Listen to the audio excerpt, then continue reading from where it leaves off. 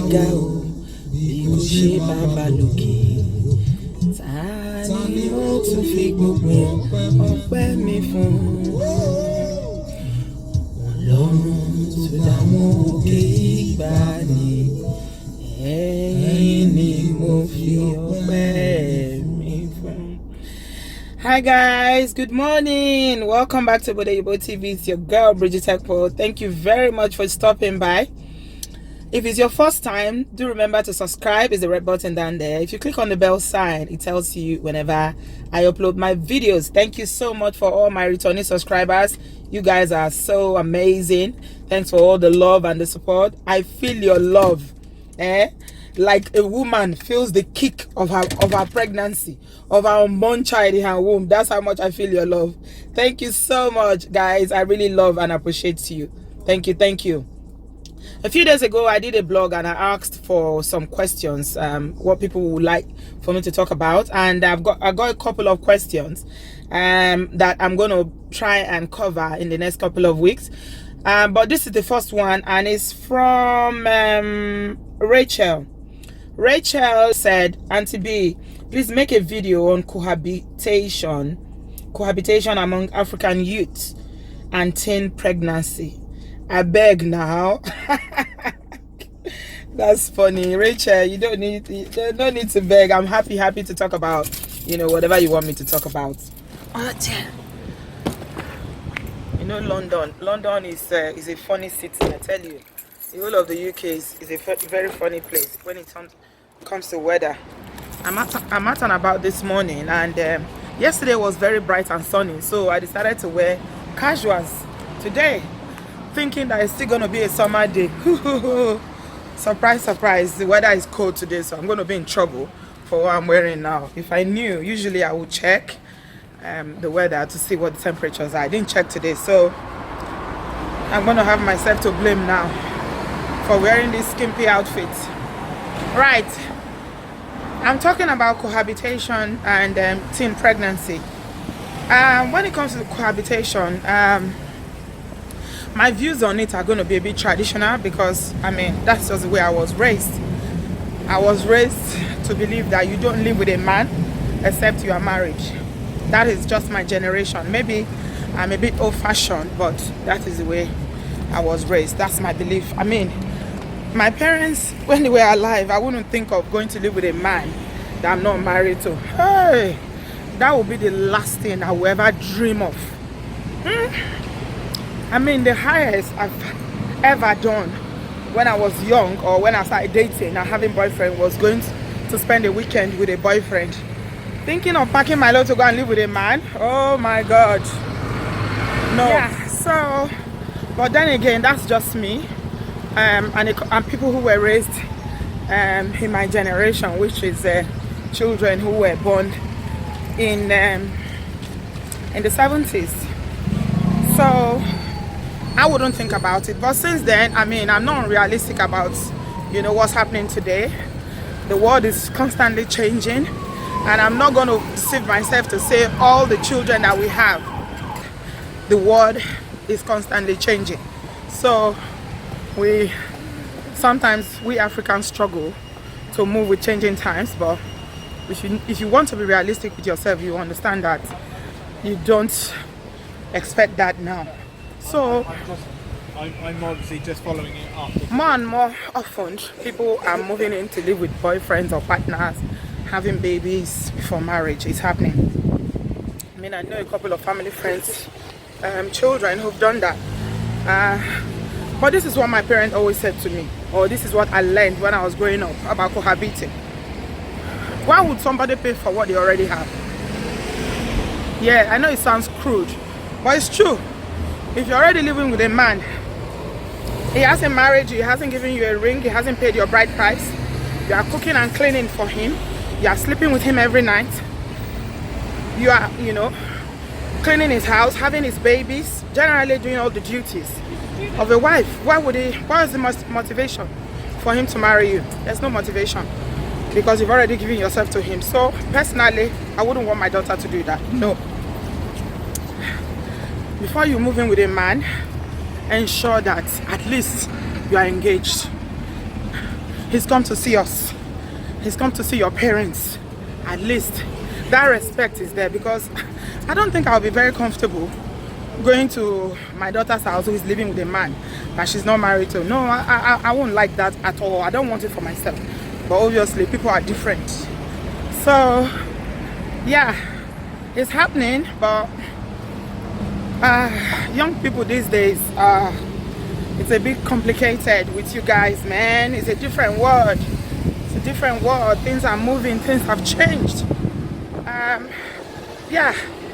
So people are generally going to live with guys and boyfriends, having 2-3 babies. They are not married. They are doing the duties of a man, of a married woman. But what I don't like about the whole thing, if I can be honest, is that I don't like the fact that you might do all that and the relationship will not work out. I mean, Esther was telling me a few days ago about one of her friends who's had a baby for this guy. They are not married, and now she's pregnant again for the same guy, and they're broken up. It's a mess. It's truly a mess. If I'm being honest with you, I do not like it one bit. I don't like it. It's not my style. If you want to get married, wait for the man to ask you to marry him, or wait until you are married before you move into his house and start doing wife. Because what it does is that it tends to lead to a lot of broken relationships. So you end up having children here, there, which is not really good, especially if you're a young person. You don't want to be having multiple baby daddies and baby mamas and all that. So that's why I say I will not encourage it for my children. I won't want it for my children. Obviously, it's happening.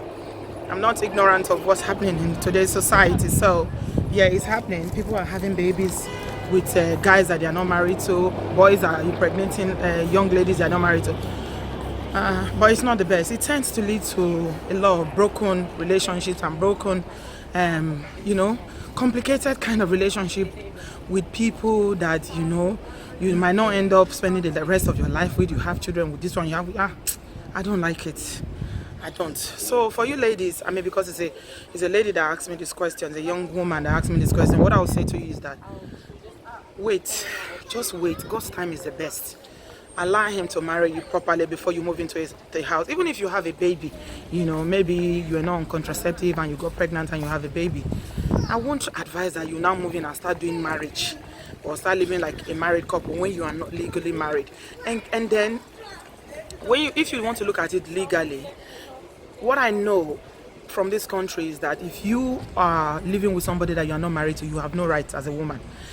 You don't have any rights. If anything happens, you're not going to have any rights. You might be in that relationship for 20 years, but you come off it with nothing. If the relationship breaks down or the man dies, he doesn't have a will, or anything happens, because this is life, things happen. You're not going to come up with anything. So you will, be there with your children, and then you have nothing because you don't have any legal right. He's not obligated to you in any way. It is that. I know people say, it's just a piece of document, but that piece of document, that marriage certificate that you are looking at there, is very vital. It is very, very, very vital. If you don't have it, then you don't have any legal backing with that man in that relationship. You don't have any legal standing. You don't have any safety. Yeah, let me put it that way. It gives you safety. So people, you might want to consider that. It's important to get that marriage sorted as much as you can. Obviously, you can't force it, but marriage is always better, especially for us who come from Africa background. I would advise marriage is always better than cohabiting. Then when it comes to teen pregnancy, that one I blame the parents. Honestly, I blame parents for teen pregnancy because, yeah, African parents, a lot of African parents tend not to talk about pregnancy or sex with their children. We shy away from it. Then when the girl gets pregnant, now you start blaming her. Why did you get pregnant? Well, you didn't tell her to use protection because you want to believe that she's not having sex. Why do we deceive ourselves? I don't know why we deceive. I have this discussion it's an argument I have with my husband because my husband is very traditional. He will want to be. I tell people all the time, you don't raise the children you have in this part of the world the way you raise children in Africa. You don't. You need to look at the society where you are and raise your children accordingly. Teach them about sex. Teach them. I start telling all of them, if you have a boyfriend or girlfriend, bring them home. I want to know them. Then you start teaching them how to protect themselves. They be using you tell the boys to use condom. Don't say don't have sex. Or you tell the girls use contraceptives. Don't say you're not having. Or you start pretending and deceiving yourself. Then when the pregnancy comes, what can you do? Before you know, she has a child or he has a child that they are not prepared for, and it might happen in a time of their life that you really don't want that child to be distracted with an unwanted pregnancy or an unwanted baby that they are not ready for or they cannot fend for. So it becomes the parents' responsibility. They don't have a place to stay. They'll come and stay with you. Then you start raising babies. After you finish raising your own babies, you start raising grandbabies that you're not ready for. So parents need to take the lead by teaching their children sex education very early. Teach them how to protect themselves to avoid all this. Let's not pretend these children are having sex, whether you like it or not. They are. So that is what I'm going to say about teen pregnancy. It's happening very frequently, not only here in Europe and in America. It's happening very frequently, even in Africa, where we thought that it's even happening more in Africa. You see small children, all of them having babies, and sometimes they go and abort the baby. They will go and abort the pregnancy and all that. So that's why I say it is important to come, to just handle it before it's too late. Handle it before you start running helter-skelter. If you have plans for your children's life, you want them to be successful, you have big dreams for them, it's best to come in front of it and just make sure you prepare them for adulthood and for growing up with all these emotions that they don't understand, and teach them how to keep themselves safe. That's how I would say it. Yeah, I hope that answers your question, my dear. Yeah, I'm gonna leave it here. I'm cold now. Oh my god, the weather is chilly this morning. I don't have any jacket in my car. I usually have a jacket in my car, but I don't have a jacket. I'm going to the hospital. Yeah, I will leave it here. Leave me a comment in the comment section below, and I will talk to you shortly. Thanks for watching. I love you. I love you guys. Thank you very much. Bye bye. Bye. We believe in God the Father. We believe in Jesus Christ. We believe in the Holy Spirit.